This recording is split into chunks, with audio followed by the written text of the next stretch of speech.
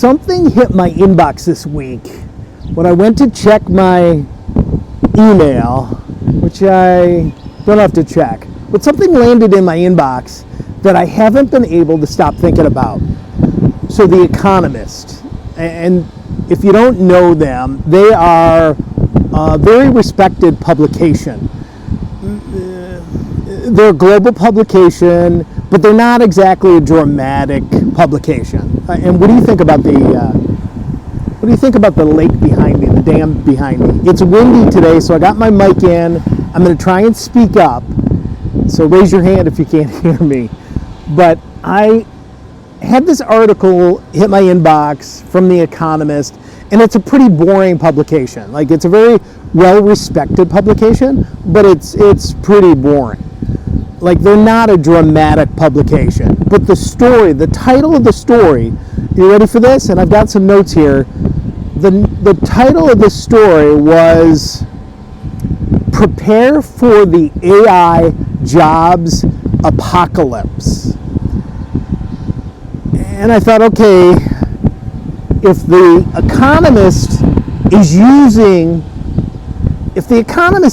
the word apocalypse, it's not clickbait. It's really kind of a signal to everybody else. Now look, I know we've all heard these horror stories. We've watched the movie, about big scary AI taking over the world. And most of the time it's blown out of proportion. It's fantasy, it's made up. But the truth is, I've spent 30 years in recruiting, and I placed thousands of people around the world.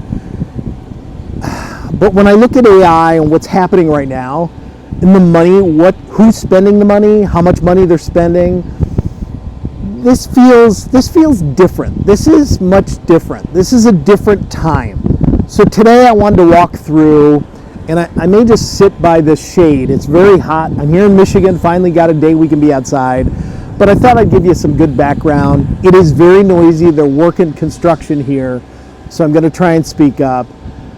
But if The Economist is actually saying these things, what does this mean for real people? Like, is AI going to take your job? So I thought I'd kind of relax a little outside, calm down after reading this and doing my homework, and talk like we're talking with friends, like we're out at coffee kind of having just a regular talk, because I'll tell you a story here about a friend of mine, but this is going to affect us more than we think, really. And if you're new here, I'm Scott.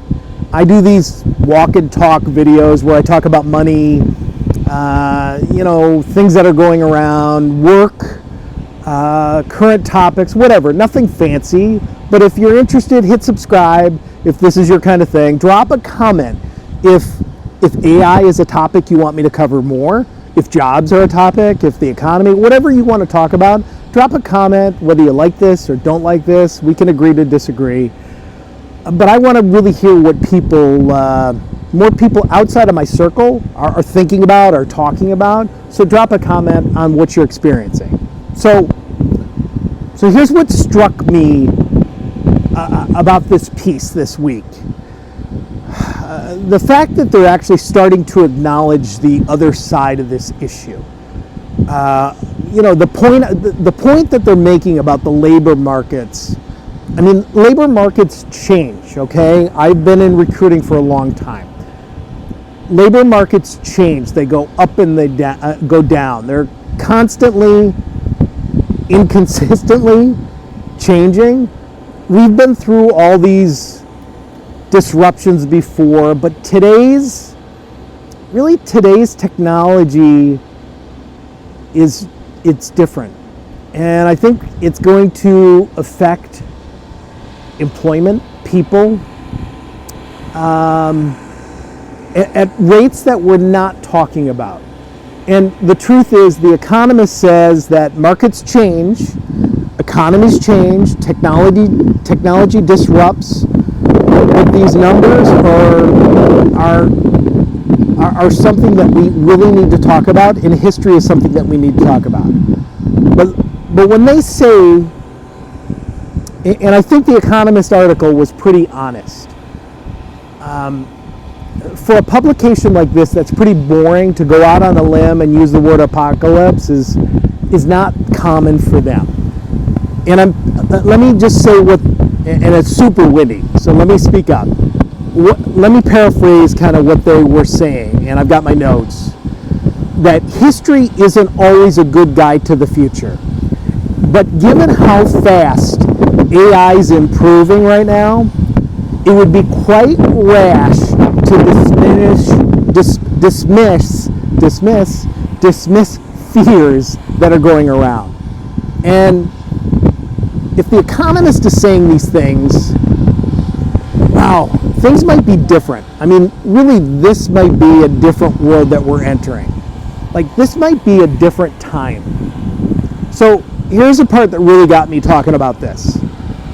I mean, today, they're not just talking about jobs disappearing, and I really haven't thought about this before. Here's the truth. I haven't thought about this before. As much as I've been in the jobs world, the recruiting world, I really haven't thought too much about income related to jobs. And here's how the Economist put this together. They raised something, a fact, even if jobs stay plentiful, okay? Even if jobs stay plentiful, the quality of those jobs and the wages that they pay are not guaranteed and are probably going to diminish. They're going to go down. Like, wages are going to go down. They're not going to go up. Like, think about this for a second. You might still have a job, but if AI is doing more of the work and the valuable work and the work that creates revenue for companies, then what is your labor actually worth? And they use the analogy that kind of hit me. They said if humans could eventually become more like horses in the age of the car. They're not extinct. Horses aren't extinct, but economically sidelined. Honestly, I thought that was scary. And think of it. The income that is going to go into people that are around working with AI, their value is going down. Like, I always, as a recruiter, how much value do you bring to the table? And if the value is in the technology, the truth is the income is going to go to the people that own that technology.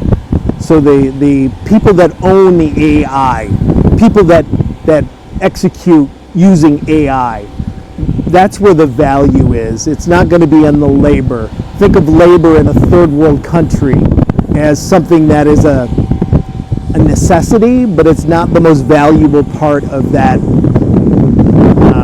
infrastructure and that company per se. And it's really, really windy, so I'm trying to stay out of the wind here. And here's the truth.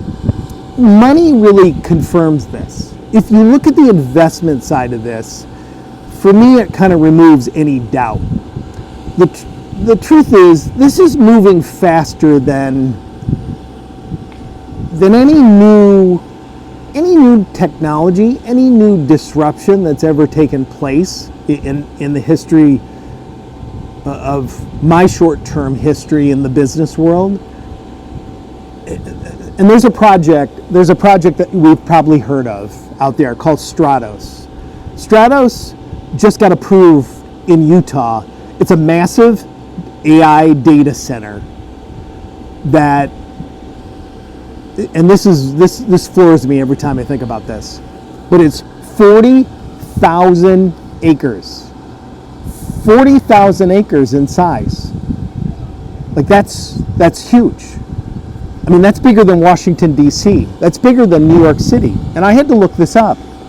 New York City, the island of Manhattan, is 14,600 acres. 14,600 acres. And this is 40,000 acres. It's just unbelievable from a size standpoint. And yeah, the Shark Tank guy, Kevin O'Leary, is among one of the backers of this. And they say the total investment, and you know how when you build things, how the price tag always goes up, but they're estimating the investment on this is about $100 billion with a B.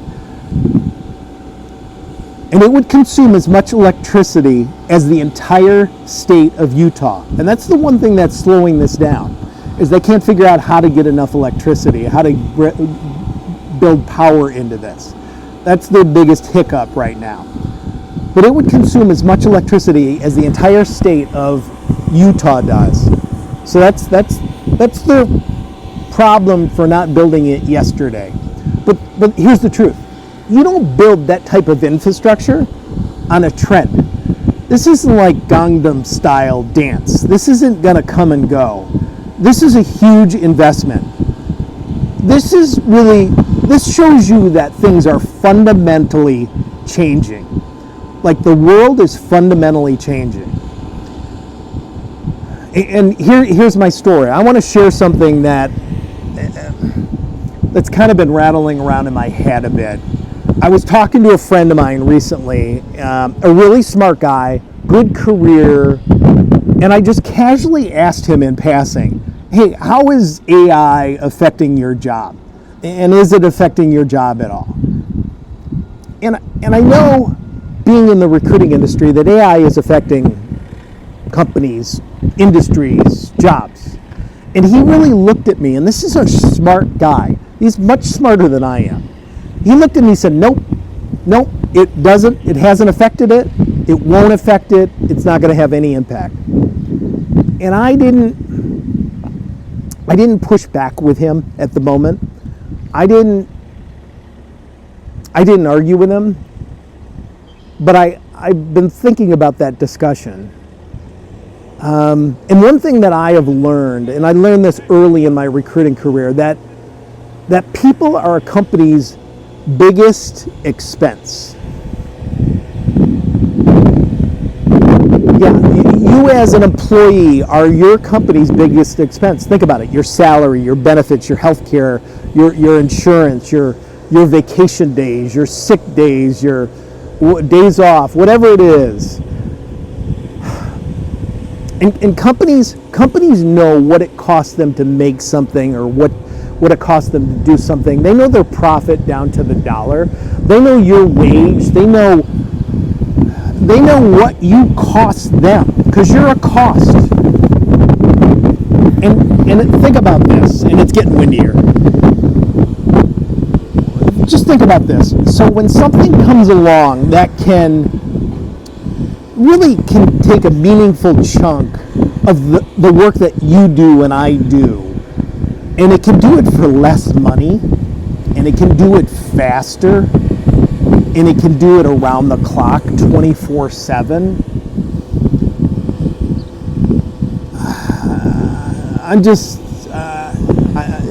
Just think about the math. I understand the math of this completely. Like,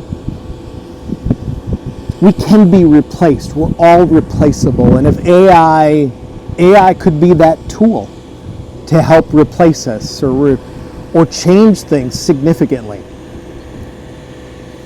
So what would I tell a friend, really? What would I tell a friend over coffee on what to do? I mean, this isn't hopelessness. Like, I don't mean to sound like this is hopeless, not even close. But I think of the old playbook of finding a job where a lot of people, and I'm in Michigan, so a lot of people went to work for automotive companies and they paid a good wage, great benefits, and they could retire. They had 401k, they had retirement plans, they had pension plans. Like, all of that is pretty risky now. Those are things that just don't exist anymore. So if I'm really giving advice to a friend of mine, first of all, I would tell them to, be honest with your job. Like, be honest with yourself. Are there things at your job that are routine? Like what would, if you own the company, what would you do to replace yourself? What would happen? How would you replace yourself? What would be something that you could use to make more money at the company? You got to be real. You got to think, you just got to think that we're all replaceable. Like, a lot of what we do is really routine, and it's repeatable. And those are things that AI can take over. Like, does it genuinely need human interaction? Are you hard to replicate?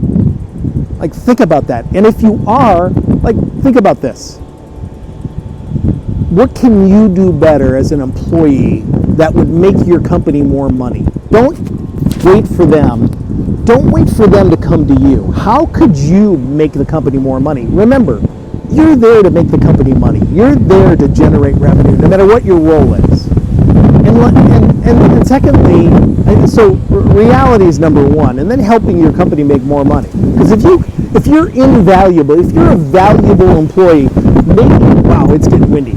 If you're a valuable employee making your company money, they're going to hesitate in replacing you. Okay, that's just how it works. And then secondly, think about AI. Work with AI. I know a lot of people that are afraid of it. They have apps. Like, AI is easy to use. It's simple to use. You ask it questions, figure out how it works, so you're not afraid of it. Like, curious people are the ones that companies keep around. Curious people that are learning and growing are people that endure, that evolve, that grow. And think about relationships.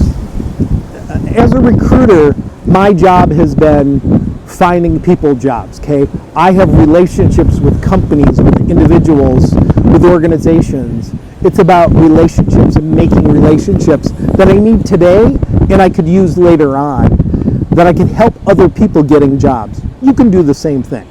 Think about the relationships that you have today. Think about how you can grow relationships. So if, heaven forbid, your company cuts you or lays you off or is considering, you can use these relationships and build on these relationships and really get a head start. Like, I'm telling you to connect with people and reconnect with people now while you don't need anything. Like, it's almost too late to reach out to people when you need things and when you're desperate. Build the relationships, build strong relationships now. I just want to walk back over to the water. It's still windy though. Well, anyway, so that's kind of what's been on my mind since I read that link to the Economist. And I'll try and include a link in the description that doesn't have a paywall. Don't tell anybody if you want to read the full article. And the truth is, I don't have all the answers here. I don't know all the solutions. We're kind of working on this together. I like being outside, and I wanted to see if I could help people, bring up a subject. We can talk through this together. But I think it's time that we talk out loud instead of pretending that it isn't going to happen or bury our heads in the sand. All right, the wind is picking up here. Leave me a comment. What are you seeing in your world, in your job? Has this hit your industry? I'm genuinely curious. I hope this was worth your time. Give it a thumbs up. It helps. And we will see you in the next one.